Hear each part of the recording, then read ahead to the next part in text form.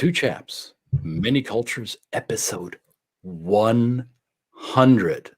I almost can't believe it. 100. And for this jubilee, for this anniversary episode, we decided to bring on a very special guest. It's a very special guest to me, particularly, and very special to other people as well. And she's going to talk about juggling chainsaws as a female immigrant entrepreneur. Stay tuned.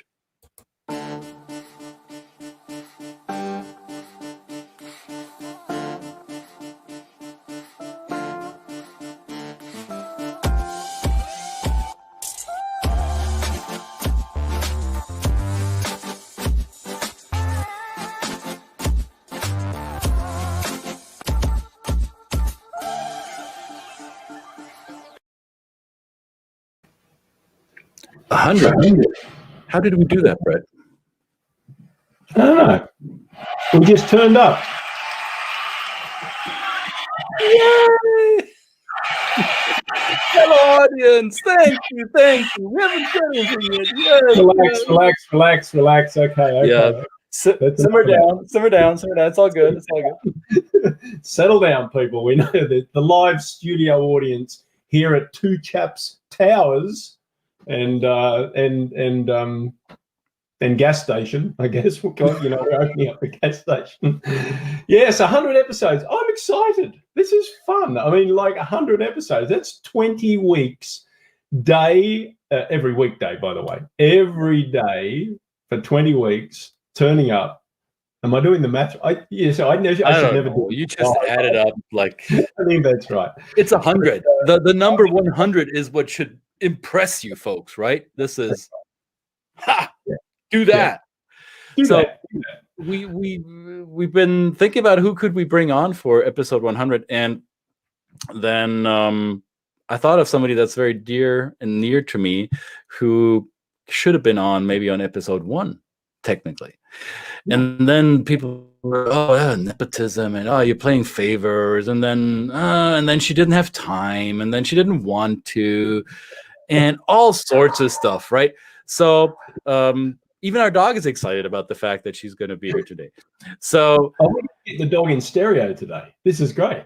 Yeah, you get it from different angles. So she's joining us from within the Two Chaps Towers office in Atlanta, just on a different floor. Welcome to the program, Brigitta, my beloved wife and partner in crime, and the woman behind the idiocy that I display on this camera. Come on, take that back. Hey, thanks for having me, guys. This is exciting. Took you freaking 100 episodes to get me on. Are you freaking kidding me? No, I'm really honored. I'm honored, and I want to celebrate you. Get back here, Christian. Get back here, Brett. I want to celebrate you. I want to celebrate the two of you. You started this which month? March? We don't remember. We were not keeping track well enough.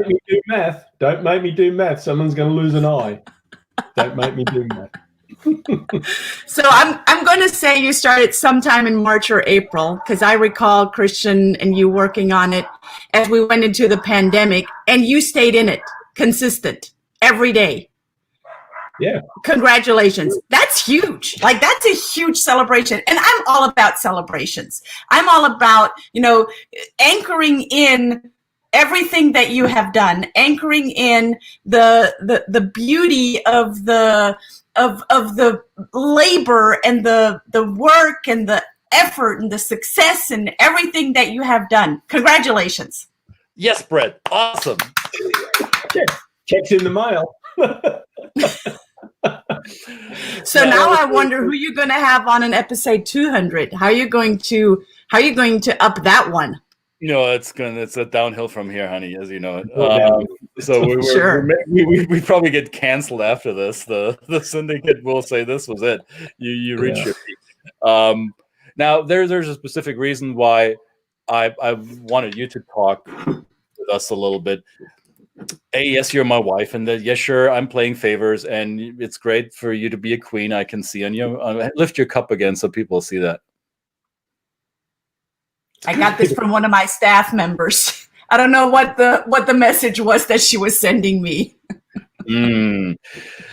Yeah, and you received quite a few messages as an entrepreneur who, yes, you're a U.S. citizen, you're dual citizen, and yet you came to the United States with a very German mindset because that was where you spent most of your upbringing and formative years. So being an entrepreneur as an immigrant, as a woman in the U.S., I think you've got a ton of stories to tell about this. And since we're talking about different cultures and the culture of business and the business of culture here on this program, what was some of the hard lessons you had to learn as a female immigrant in the United States? Gosh, how much time we got? Let me roll up my sleeves here really 12 quick. minutes. So, coming from Midtown Munich and moving with a toddler in one hand and a business plan in the other, and then the whole household in tow. From Midtown Munich to can I stop? You mean a real baby, not Christian, when you say I don't refer to my husband as a baby or a child. Her name is Amelie. She's 18 in the meantime. Sorry. It's 100. I'm celebrating. I'm in a funny mood. I'm just let me get the bubbly real quick. I know. Where's the bubbly, for crying out loud, right? No, okay. So yeah, so Christian was in that as well. Yes, as my partner in crime, to build a Montessori school. And hey, Joe, and I built a business in a small town in Tennessee. Now, here's this German young girl. Well, I was a woman, but perceived as a young girl. What does she know? Building. Thank you. Building a Montessori school. So I really, for about a good 3 years, I had to do a lot of explaining. I had to do a lot of groundwork and really getting credibility, not just because I came from a different country, but because I was a young woman or I am a young woman. So there was not just the cultural difference, which was huge, and I'm going to come to that in a second, but also as a woman, and then being in a community and serving on the board of the Chamber of Commerce, along with a majority of older, they were at least 25 years plus older than me, men. So it was a very male dominant community, still is. And here I am, carrying the flag of education, coming from Germany and putting a Montessori school in a new area where they never heard of Montessori. I led my team in a very German way, thinking that's going to work really well because that's all I knew. Yeah, I came up in corporate Germany, and I knew how to lead. And the very blueprint kind of way was, this is how we're going to do it, and we're going to do it not today, not tomorrow. Actually, we're going to do it yesterday. So chop chop, let's get with it. And I remember one of my staff members back then said, "Oh, welcome to the South. We're all a little bit more laid back, so you'll get used to that." And I remember telling her, "No, not as long as you work for me, you're not." Well, I had to adapt too, right? And that's the lesson that I had for me. If I wasn't going to adapt, my business was going to go under. And I did have some real struggles and real challenges, but I did not give up, and I continued to pour into myself and learn that there are cultural differences. The importance of understanding, like, regionality in a country is so important. And even when we're working with clients that are going to a country or coming to the US, that we may have an awareness about that regionality. Those specifics are, this would have been a different story if you'd have moved to, say, San Francisco, right? Or this is how important it was. So that's the first thing I always thought when I was thinking about this episode and talking to you, Brigitta, is that I was putting myself in your shoes, a young woman, but coming to the South, in a place, in a fundamentally an agrarian framework and society that really saw experience and knowledge and wisdom, and people with no hair like me, with a certain age. as kind of just automatically getting the credibility without even trying. You know, they don't need much behind them. And so that was what I was thinking. That's just a fascinating thing, and something we should always bring up, and something that people should think about when they're moving to any country, I guess, right?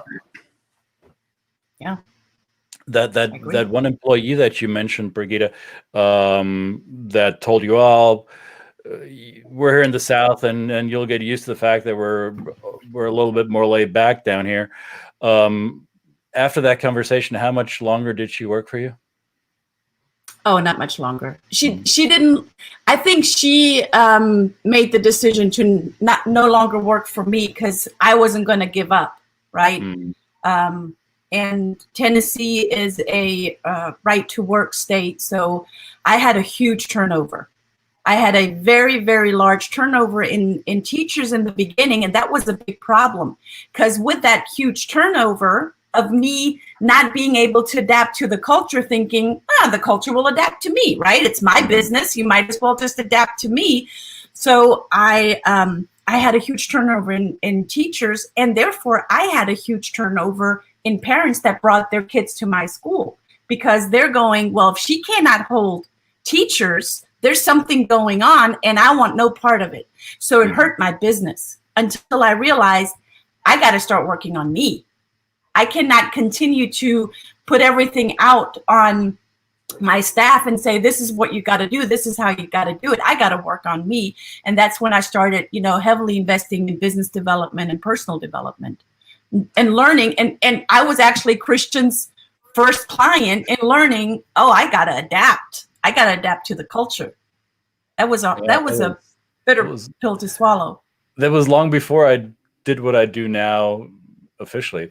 I think that's a phenomenon that we see with a lot of immigrant businesses, that they initially surround themselves with employees that are from the same or a similar culture. So some stereotypical examples here in the US would be the South Asian community who employs their kind, quote unquote. Maybe they don't speak the same language, but a Punjabi business owner would work with Gujaratis, or a Vietnamese cosmetic studio would work with Cambodian or Laotian employees because of similar behaviors or a similar mindset, a business mindset that is automatically pre-aligned. That didn't work for you because you needed an employee base that could relate to the kids, and the parents build the bridge between your rigid structure and the more nurturing style that you encountered in Southeast Tennessee. So I think that is something that a lot of immigrant entrepreneurs face. That's a challenge that a lot of immigrant entrepreneurs face, is who do I hire and how do I make a team that both serves my clients, which are mostly of a different or from a diverse cultural background, and oftentimes not mine, and how do I create a team that works well together, still in alignment with my business goals, right? That's a huge challenge for a lot of immigrant entrepreneurs. I mean, Brett, you owned a business too in the US, right? Yeah, I've had a number of businesses, and I think that it was one of the things that really affected them. I bought an existing business here to the US as well, right? So it was basically doing exactly the same thing, taking my leadership style and the practices that I knew and that had worked quite well back home, and then applying them to a completely different set of employees and also clients, that really turned up with a different mindset, and that was a huge learning curve for me, right? But I had obviously a privilege of a lot of business partners in that had already kind of gave me a bit of a runway on that. But it's a big learning, and I think for even in the world of mobility, when we're working with the couple that are moving, and the spouse that's working goes there with a job and has a kind of a base that they can walk into. Oftentimes the partner will say, I think I'll go to this country and I'll think about maybe starting a business, or doing something like that. And then, they're kind of thinking, oh, well, this is great. I've got this great experience home. I can just kind of recreate it in the new country. And there's a whole bunch of different challenges that come up with that. Yeah. And I think the key is for me that it's not failure, because if I look back, it was great feedback for me. It was it was a great learning opportunity, and that's where maybe some companies are specifically, from the German culture. We don't like to fail. We don't like to be wrong. And I can only speak out of my own experience, but being able to see it as a feedback and continue to adapt and learn and apply what I've learned and ask for forgiveness and go, okay, can I, let's move on and let's do it in a way that works better. So, the business is still around. So I must have done something right. Yes, you did. I think Brigitta probably doesn't want to sing her own praise, so let me do that. The Montessori school started with 3 children in our personal residence, in on a separate floor in our home, and I think was it starting this school year, or is it starting in January? Brigitta, correct me. The capacity of the school now is at 120 students. 125 is what we can take in since July. Mm-hmm. And I think we're close to 85, 90 at the moment during a time of pandemic. We moved facilities from a big facility to a rather large facility now, and we're continuing to grow. So we ended last school year, I think, with 76 students, and we're continuing to grow during a pandemic. Now, if you know of anything in businesses that grow or that are developed or have a foundation during a pandemic are set up for great success. And that's what I'm really excited about. Well, if you continue to learn as a business owner. Well, and we called this episode "Juggling Chainsaws" because that is one of your catchphrases when you describe how you see your work life or your life, including work and outside of work. What do you make that mean for yourself when you say you're juggling chainsaws in your roles, plural? Yeah.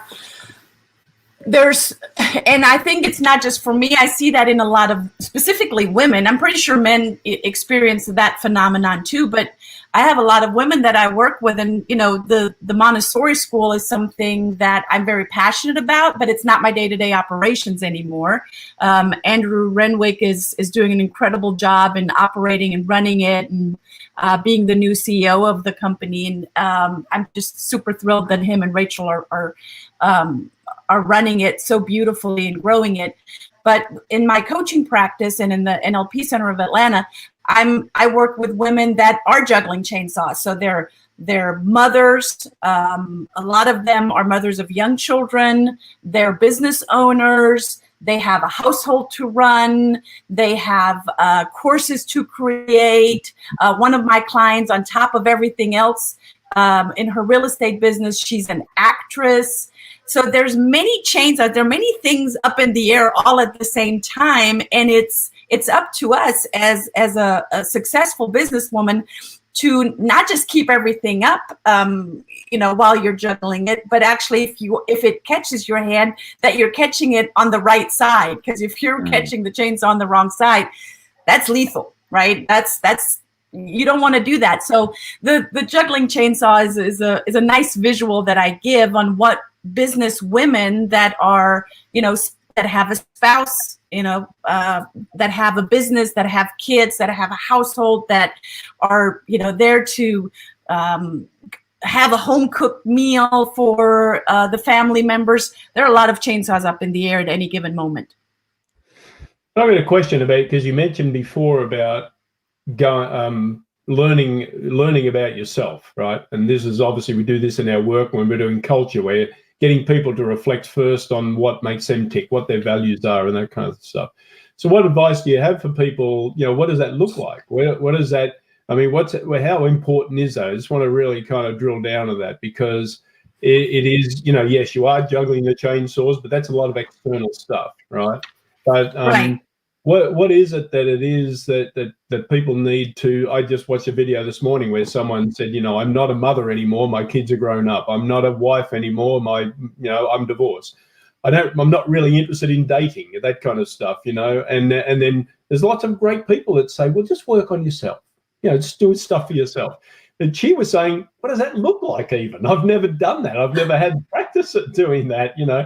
Everything has been about other people in my life. And for women especially, that really are, from a gender point of view, the caregivers of, you know, the perception is they're the caregivers of the world, right? And they make make great leaders and stuff like that. So, you know, it's a long question, but I'm just saying, you know, where is that for somebody who has spent their life and their time looking after other people and now have to really make that mind shift?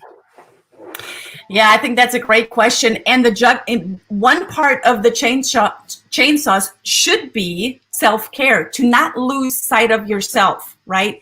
And in self-care is, you know, maybe going to yoga or working out or pouring into yourself, reading a good book, being part of a book club, or listening to something that inspires you. So the ones that are what you said, Brett, is, you know, it's everything is very external. We're taking care of business, that's external. We're taking care of our kids, of our family, of our spouse, of our dog, of our whatever, but we're losing ourselves in that whole juggling.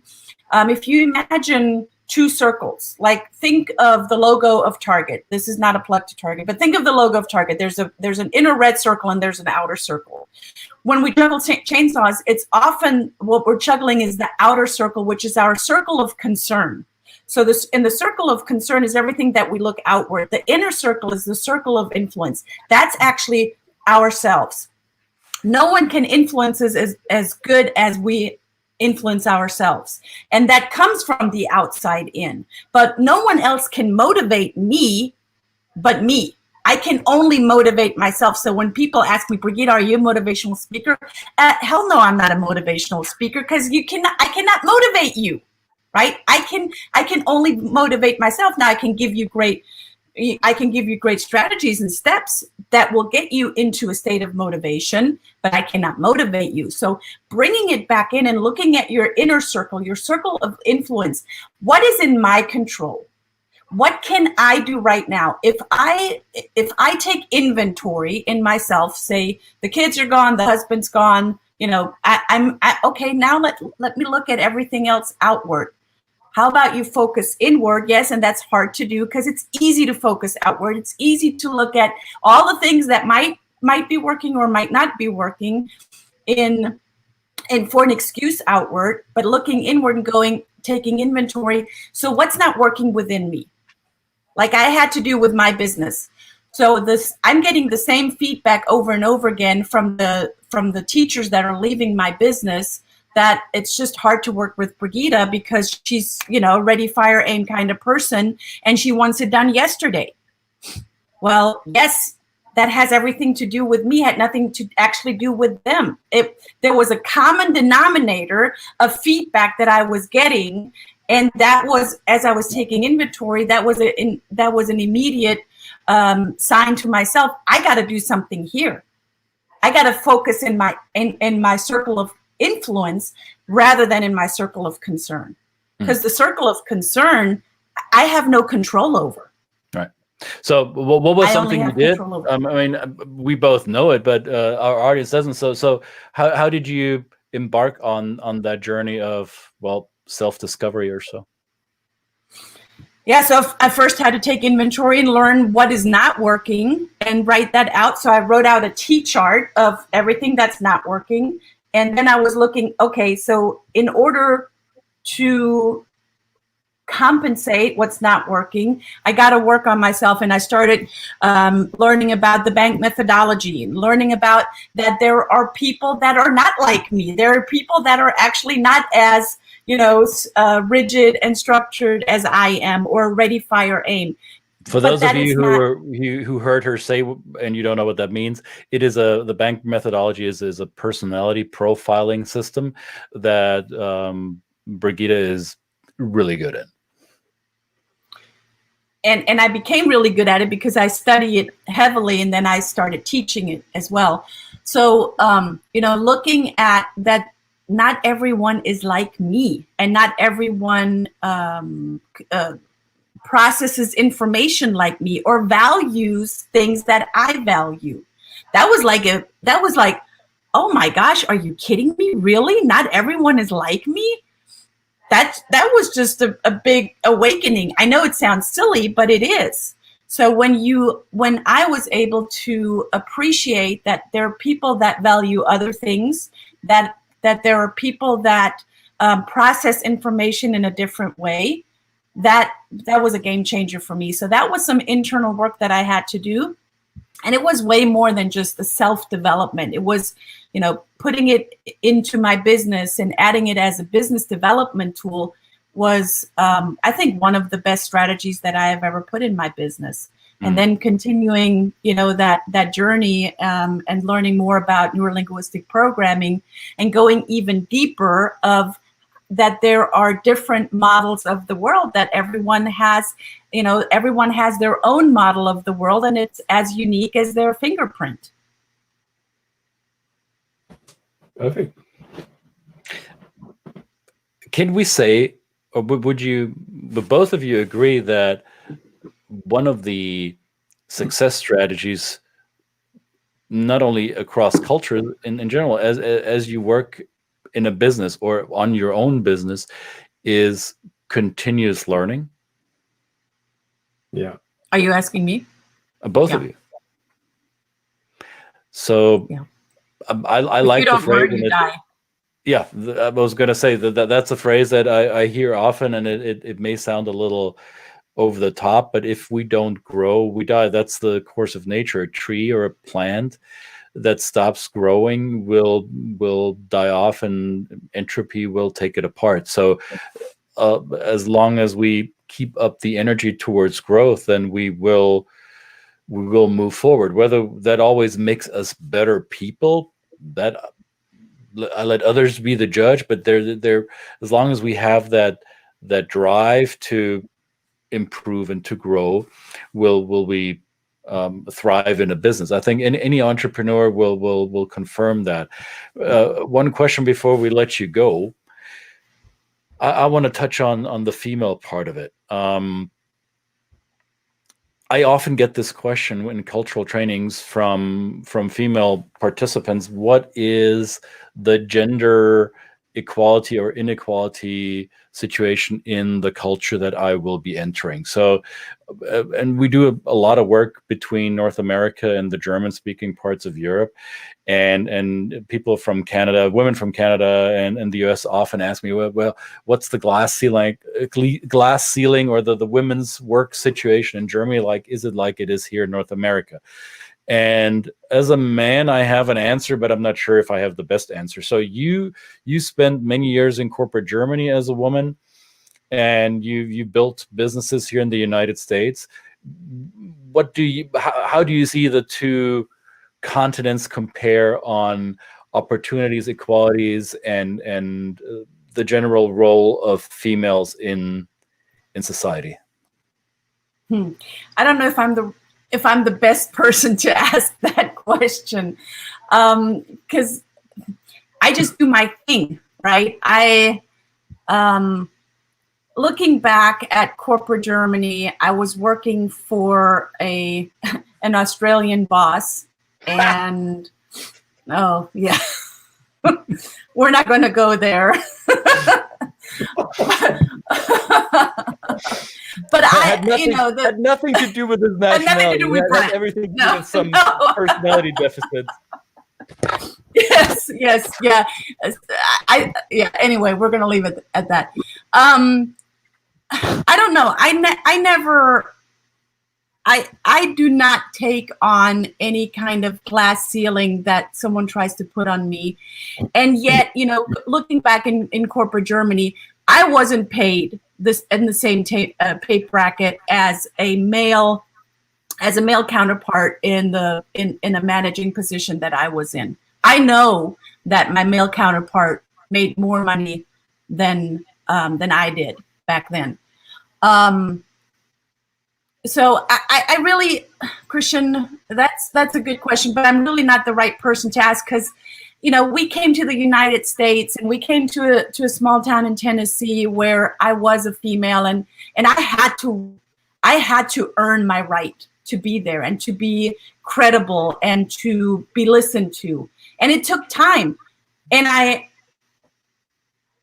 think I mastered it. I think I was getting the credibility after I did a lot of work and put a lot of work into it. I think I did get a lot of credibility.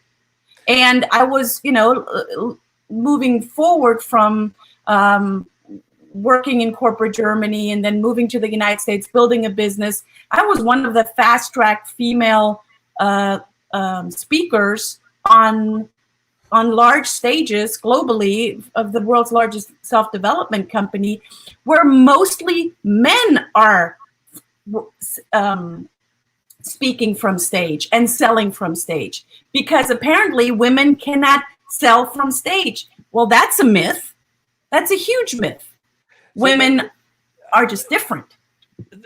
I asked you that question deliberately, knowing that you would say what you said, that you don't feel qualified, or that you won't be the one with the best answer to that.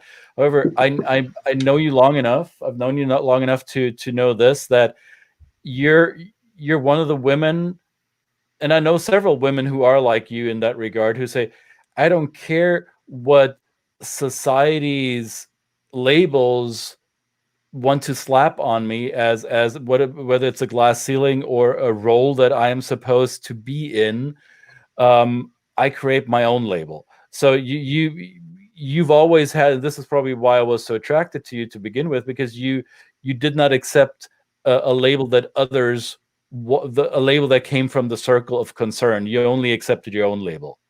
And whether that might be a strategy that can not only work for you and women like you, could that potentially be a strategy that could work for others as well, to not allow ourselves to be defined by the labels that others think are best for us?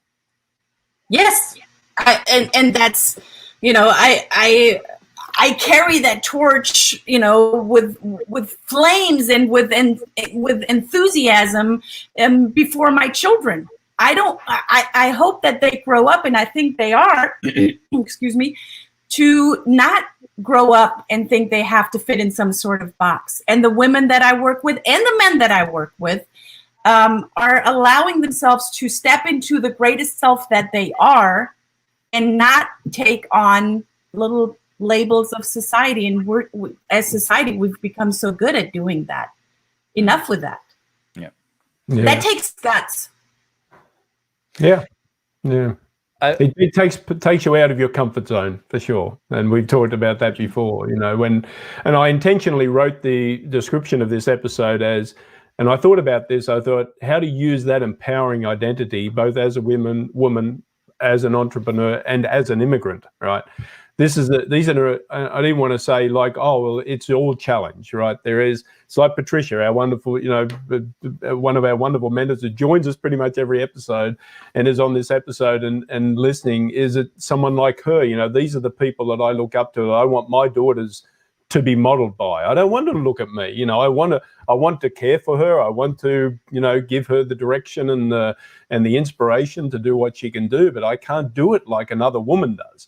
I can't do it like a woman of color does, even though she's not going to grow up as a woman of color, but use that same, bearing that torch, you know, and that with that same inspiration from those people. So, you know, that is something that we need the world to learn, that these are actually empowering attributes, not attributes that we should battle against all the time, even though you're still going to have to battle. Don't have to, you know, we're not diminishing the fact that you have to battle, but that's what I always kind of look to when I want to put people in front of my daughter, you know. Yeah.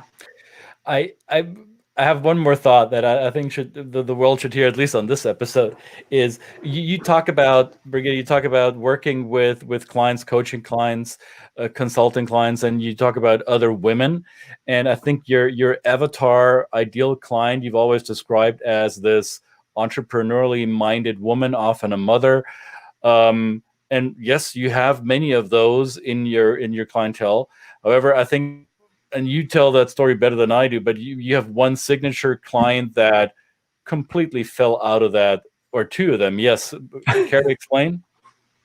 Yeah, so my avatar, actually, her name is Vivian. I have a very vivid avatar, and I know exactly where she shops and how many kids she has and what she drives and all of that.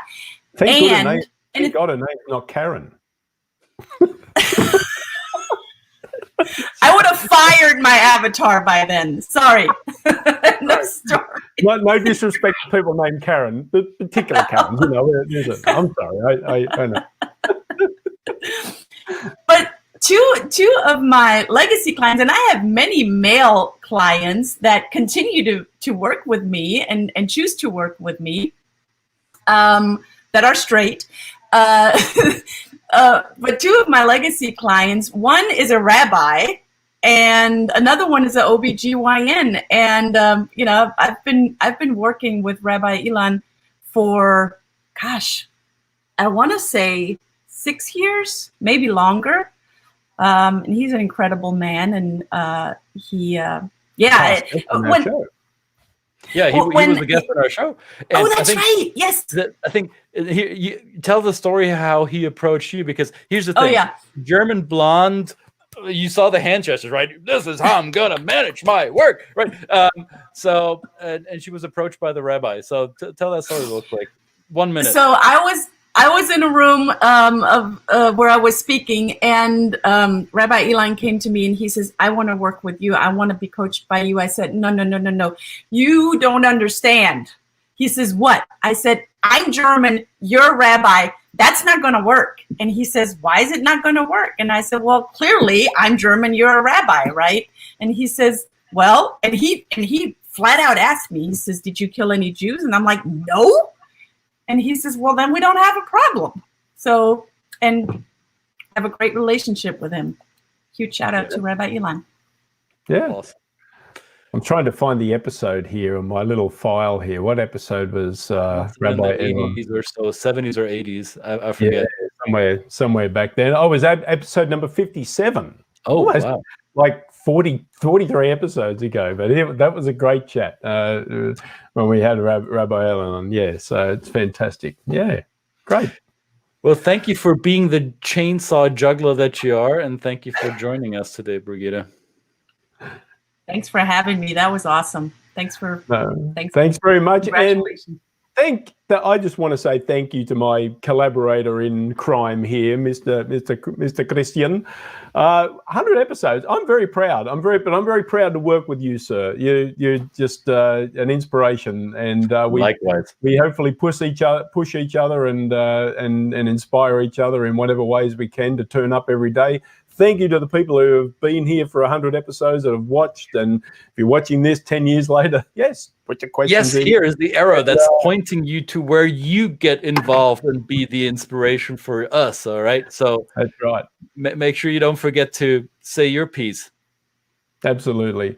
Thanks, everybody. See you next week for episode 101. We're into the next century of episodes. I have a great idea for the next episode. We'll talk. Cool. Okay. Thanks, Brigitte. See ya, Brigitte. Thanks, Bye-bye. guys. Ciao.